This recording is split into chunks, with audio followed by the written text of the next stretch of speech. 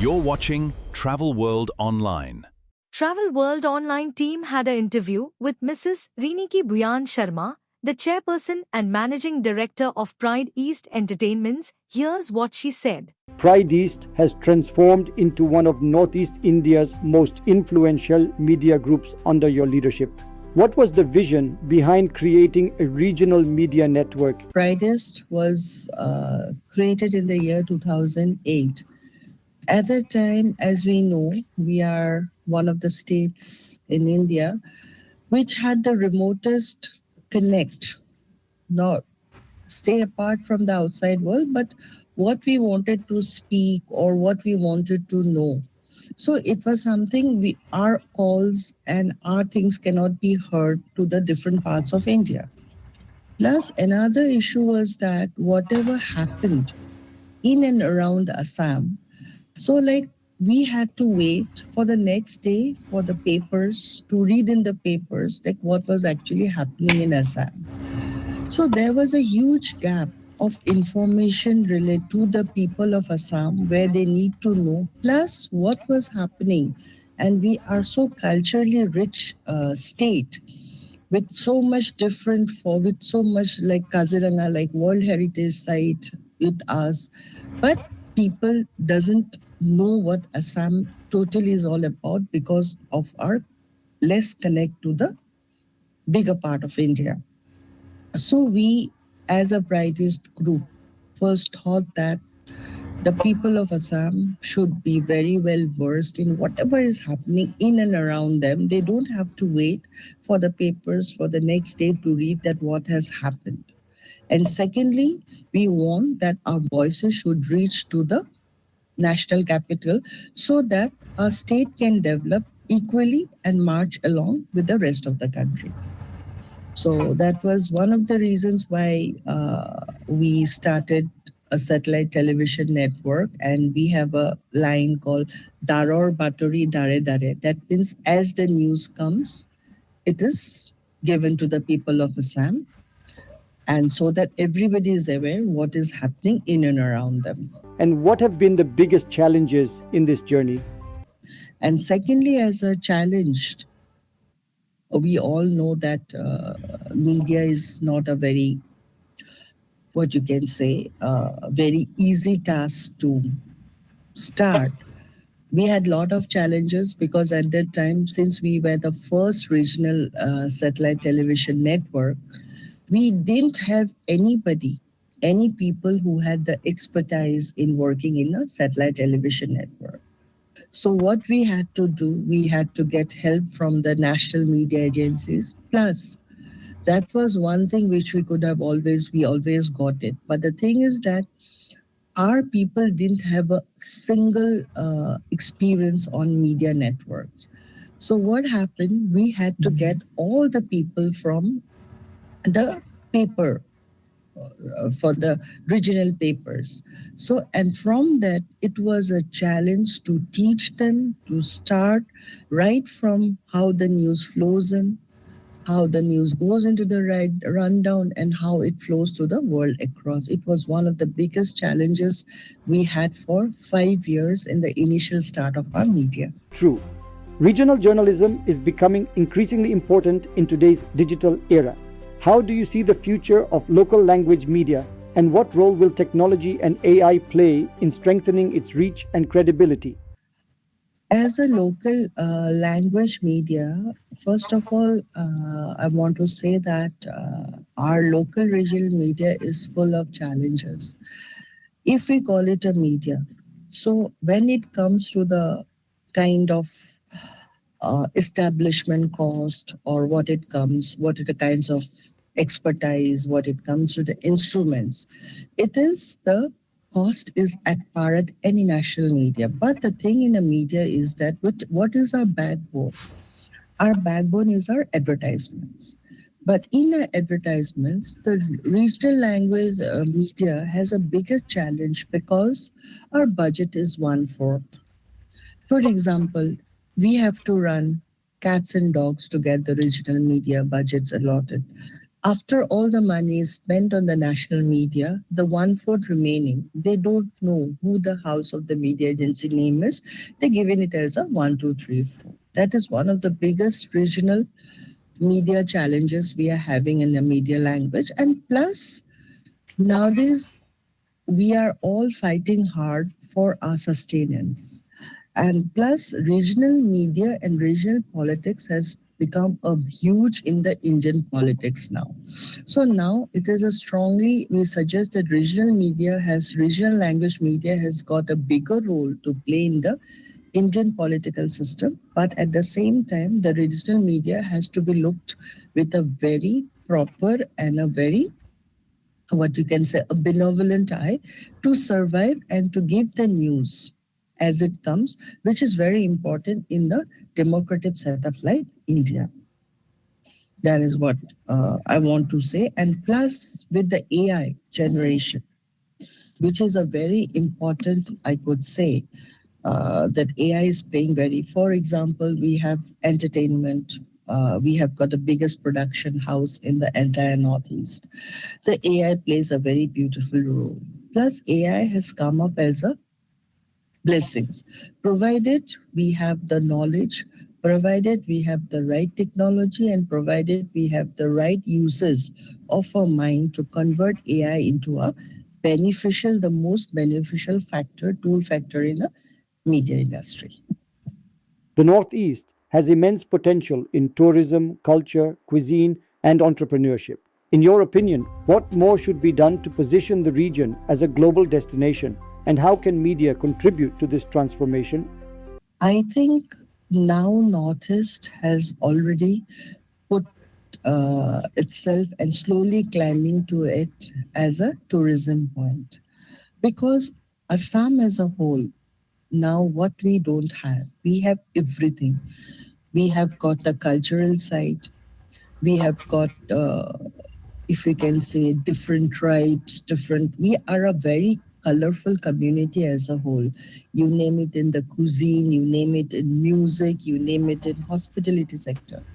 In rest of the countries nowadays where we see every concept of hospitality comes with a concept selling.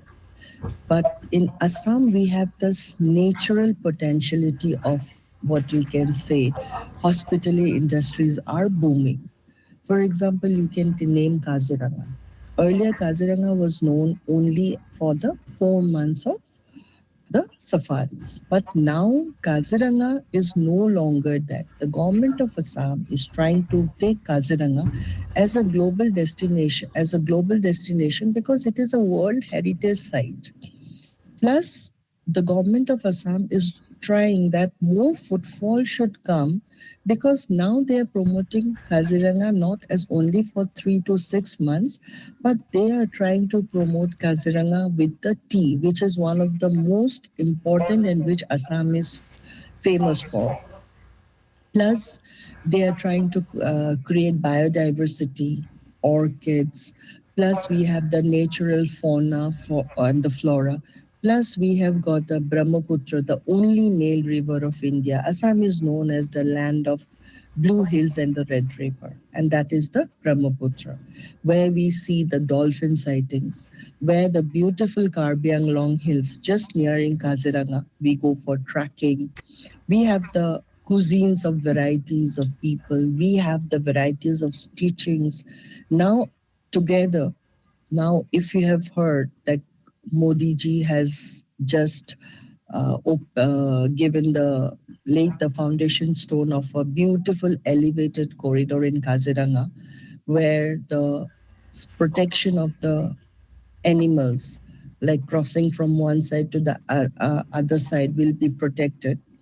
And so that more and more people will come. Plus, it will have a beautiful sight of the Kaziranga Hills and to the Karbi Anglong Hills. And plus, to say it all, if you go to Kaziranga, near Kohora, there you experience the 4 seasons in a day. You have the sunshine, you have the raining, you have the foggy climate, you have the chill climate, because it is fully a green that keeps on changing. It is the ecological year also of the entire area. So now, as the government of Assam are trying to bring all the five-star resorts so that more and more footfall has come.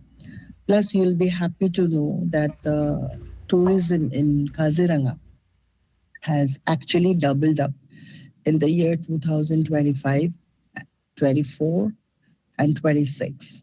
So in 24, it was 50%. Then in 25 and 26, it has literally doubled to 100%, and with foreign tourists coming, because it is the most safest and the securest destination in terms of safety as well. So now we are trying to go Kaziranga and beyond, not only Kaziranga. If you name it Assam, we have the biggest riverine, the Majuli, the land of Vaishnavites, the cultures, the monasteries. We have all these different things, like we have the mythological of Sri Krishna, Anirudh and his wife getting married in Tejpur. So if we take it to a level of mythological, ecological, animals, culture, Assam is just the right hub, and we just need to do one thing, is to promote, and the government of India and the Modi's leadership has already started the promotion. Plus, now the Chief Minister of Assam has been trying to put Assam as the most concert hub. So Arijit Singh, A.R. Rahman, Guns N' Roses, everything is now happening. So Assam is exactly the hot seat of the tourism point of view. Only thing is that we need to reach out to people to tell them what we are doing, and to make it more saying that what Assam is all about. So that is one of the most important things that the government of Assam has taken initiative, and they are trying to promote it in a very big scale. So since Guwahati is the gateway to Assam, like now a lot of tourism is happening. Now people are going forward. No longer they want to go to the concrete jungles. They want to experience nature. They want to experience serenity. They want to see greens, and Assam and the Northeast is all about it.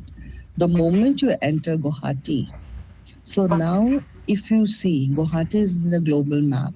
So now we have the mighty Brahmaputra. So I already told, it is the only male river in India. So in there is a beautiful gateway which has developed, where the people come, they have concerts in the evening, they spend their time. Secondly, we have the Ma Kamakhya, which is the one of the oldest temples, which is relating to the Hindu civilization more than 5,000 years, which has a beautiful history. Plus, we have a lot of cultural unity, like Hajo, which is the Vishnu temple, and from there, which they believe that it is a. So we have a lot of things to see. And plus, if we take it as a destination and we want people to come and stay in Assam, first they can halt in Guwahati, where they can experience the temples, the river cruises. Then they go to Upper Assam, where there is an assimilation of tea and hospitality sectors. For example, I come in like Vani Grains. So where we are trying to do a tea tourism. It is a tea state, and where we have the standalone hospitality sector, where we have mud houses, where we have proper resorts, which we're trying it to do into according to our culture. It is not anything which is a helicopter dropping off a big hotel or something like that. We are trying to go into the culture. We are going more into the nature. We are trying to give our cuisines. We want to know, because nowadays a traveler, what will he want? He wants to go back to his own country to remember what he has seen in the other country. For example, he will see a Verchase, he will see a big hotel everywhere in the world. But when he comes to Assam, for example, we give the bed sheets and the linens which have an essence of the tea because Assam is known for its tea sector. We give them cushion for the local cushions because so that they everywhere they have different dishes. But what is very much in Assam, like the herbs, the things, then they can go to Majuli, then they can go to the bigger, one of the biggest, you can say, the world's largest riverine, where we have the Vaishnavites. So if a research, then if they want to go to Sadia, that is the end of Assam, which connects Arunachal, where you have the snowfall there. So if we want to come to Assam, Assam is all about nature, culture, diversity, beauty, flora, and fauna. So, right from entering the gateway to crossing the entire 8 states, it is only memories that will a person can take from Assam that I can very conveniently and very strongly say to you. As a successful entrepreneur leading businesses across different sectors, what qualities do you believe are essential for young entrepreneurs, especially women who aspire to build impactful enterprises? Yes, it has you. Basically, one thing which I always say that although we are struggling for women rights, so-called women revolution, so like fighting for women rights, but the thing is that we still have a good number of years to reach to the stage where still we are all thinking. But we all women are fighting. But the thing is that first thing I would say being a woman boss is not easy. Because today a woman, if you have your differences with your colleagues, they think that in a very different way. But if the same difference is with a male colleague, the opinion is completely different. So this kind of perception still remains. But the only thing to the young entrepreneurs, I would say that they should be resilient. They should never be afraid of criticisms.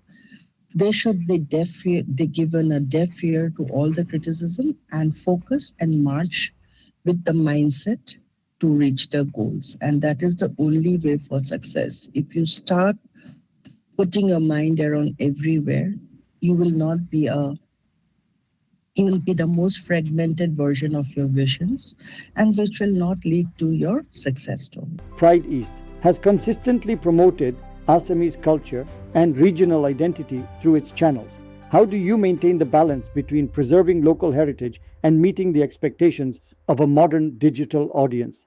My expectations in the sense of like we are a regional media, we are regional in our concept, we are regional in our culture. But when we are in the terms of thinking, we always blend. And so whatever we try to give to our audiences is not the age-old thing. As we are progressing in our thoughts, we are progressing in our mindset, we are progressing in the way of delivery. So that is what we try to give to our viewer. You can say being regionalistic means sticking to the age-old culture and not open to amendments. We are going with the age. We are open to amendments, but we don't dilute it, but we move it as a part of a process so that we reach to a level where we can connect to our young viewers as well as to the oldest viewer.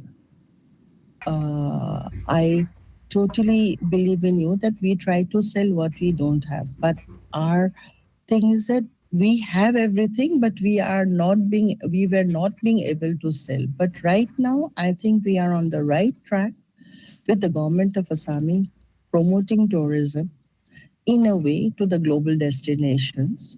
So, which we can see. Like last year, I told you Kaziranga's footfall was around 50% for the foreigners. Now it is nearly 100%. That means we were not being able to sell. We were not being able to do our storytellings. We were not being like, we had the beautiful package. Assam is a most beautiful package. Call it tea, call it culture, call it biodiversity, call it orchids, call it dolphin, call it sea, call it hills, call it snow, to the other part of Sadia where you have to go towards Arunachal. So the only thing was that we were not visible. And now we are trying to make ourselves visible, and now we are seeing that we don't have to make packages. It is a natural packages of God gift. Now people are turning it, people are all coming into it, because now the present world, what they need is experience. They need something to remember.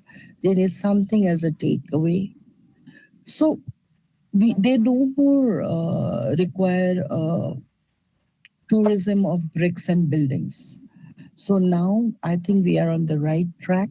As an entrepreneur, I see the Assam's the hospitality industry from, I think, already started booming, and in another 2 to 3 years, it will reach the 100% point. And I'm very sure of it, because when I see all the big players like Tata, the Hayats, all of them are coming, the Oberois, all of them are coming. Definitely, they have a survey in their hand. They are big industrialists. So now we see the potentiality of hospitality is exactly booming to its full strength. What's your vision? What you are doing on hospitality? So, what's your future plans on that? So right now, we as Vani Greens, we are we are celebrating 200 years of tea tourism. So Kanchanjuri is a tea state. In this tea state, so we give experiences of tea. It is a nature's gift, we can say. It is just beyond the, just behind is the Karbi Anglong Hills, where we have got a very beautiful track from where we can go up to 1400 feet and see the entire Kaziranga from there. That is one part. Then we give the cuisines of the local people who where they made it. This is one part of the thing which itinerary which we do and people really enjoy, because in the track there are elephants and they come across a lot of wild birds, the jhum cultivations. All this is another one part. Secondly, we are blessed with the birds which falls around in our areas. So people come to see hornbills, and we have around hornbill sightings every day. Then we do our, like, what we sell, our rooms are all concept selling. So we have beautiful tents, we have beautiful mud houses which belongs to the colonial era. And then we have, for high-end clients, we have a very beautiful resort. Then we have the vintage experience. Like when we bought this tea state, we kept the old house as it is. So people come and experience vintage. Then we have beautiful swimming pools, heated pools and everything coming up. Plus we have cyclings. So we go for dolphin sightings. Then we take them to Majuli. We are connected all across and the different, what you can say, places, so that if people wants, we connect them, we take them. Then we are also connected to Misa Golf Club, where people can enjoy 18 hole golf with them. So we have got a beautiful arrangement. Plus, you can see the culture with Chumur dance, with Bihuna dances in the evening. And now what we are doing, all the guests are welcomed by a very pretty baby elephant and her mother. They welcome them and they take you around the entire tea garden for a ride, since the Kaziranga is closed. So they show you the tea garden, they experience you the different birds. They take you through the journey of, like, they keep on explaining how a tea is made. Then we give them the experience of tree plucking also. So these are some of the few things that we have arranged. So we have not taken anything outside. Everything is local. And the one thing always I believe is the local employment, and every person working in my organization in Vanigrants is a local Karbi people, so that you have a variety and people remember and they love talking with them, they love exchanging the words and they love talking. So this is how we are doing Vanigrants at present. So that is why people are really loving and giving good feedbacks. I hope God blesses us with abundance and give us more strength to do more. So the most important, my father was an industrialist. So I always believing, man, he used to always teach me that a community employment is the biggest source of strength for you. For example, if you're working in a metropolitan area, so like in a city, that doesn't have a much impact on you. But when you're going in a tea garden, when you're a remote area, the communities are the people that are going to save you. Plus, they are going to help you. And what they need is that they are very backward rural people. What they need is employment. But why they cannot come up is because they don't have the resources to reach the mainland, and plus they are not trained. So as a community thing, because if you do helicopter droppings in a jungle area, and plus people are not passionate about it, which is very rare to find in nowadays, organization doesn't work. Plus, if an organization really wants to work, we have to work with the community people because they know the area, they know how it works, they know how to do the troubleshooting, they know how to protect you. So it is that it comes in a duty to teach them, to train them. No doubt it is an Herculean task, but for last 3 years we have done it. And we have given an economic development to the town areas also, where they also have started having believing in dreams. That is where the sustainability is the biggest 100% success that you can actually upon. This is very important. And my next step, what you are saying, is that Future planning. Future plan. And so my take is that, like, if you're working on concepts, we are working on tea gardens, we are working on hospitality sector, we are working with nature, community employment is the only solution. I don't know about the big groups, but the thing is that if for sustainability, without community employment is actually a very big Herculean task to go ahead. Plus, if they see one part of the area is like few people earning money and the rest of the people are lying in a year, this is not also proper as a part of the entrepreneur. I think there should be a hand-in-hand solution for everybody. And we have to see everybody growing. That is how a society grows. And secondly, my dreams as a entrepreneur, I told you that we are into the tea garden production as well. We are into educational sector as well. We have our international school, and then we have a center of excellence where we do our CSRs. We have got the spastics, we have got orphanage, we have got a project called Bailosora, which is a rural empowerment with community development program. That is a different part of my side. So that is what right now my present thing. And later on in hospitality, I will be going more ahead because I want to see that what Assam is all about. And I want, because I'm a very proud Assamese, and I want to be more prouder to make to people come and see that what we have in this part of the society. You no need to go into what you can say bucket list of various big countries. Rather come and see the nature, rather come and see the beauty, rather come and see experience. And we are very hospitable people. And that is the bottom line. We always believe in Atithi Deva Bhava. I truly believe in that too as well.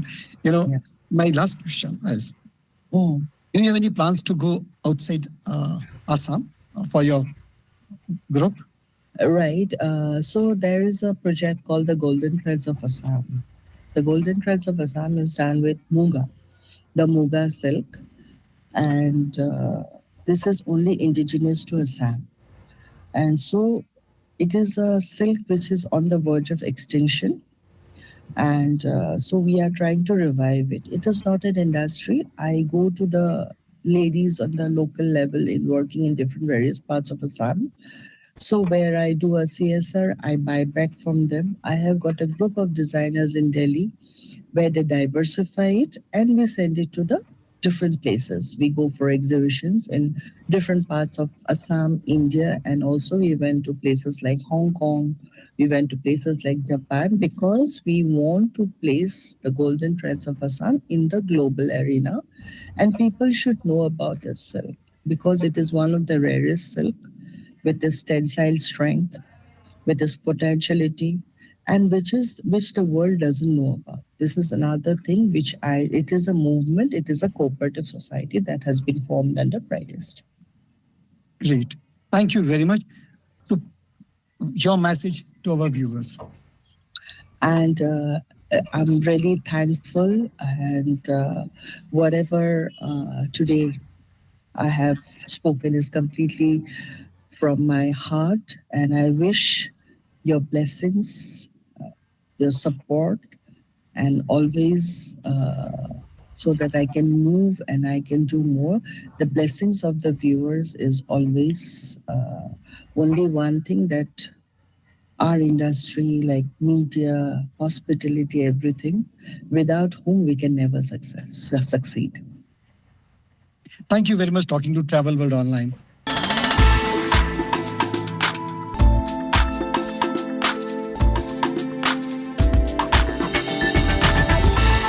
You are watching Travel World Online.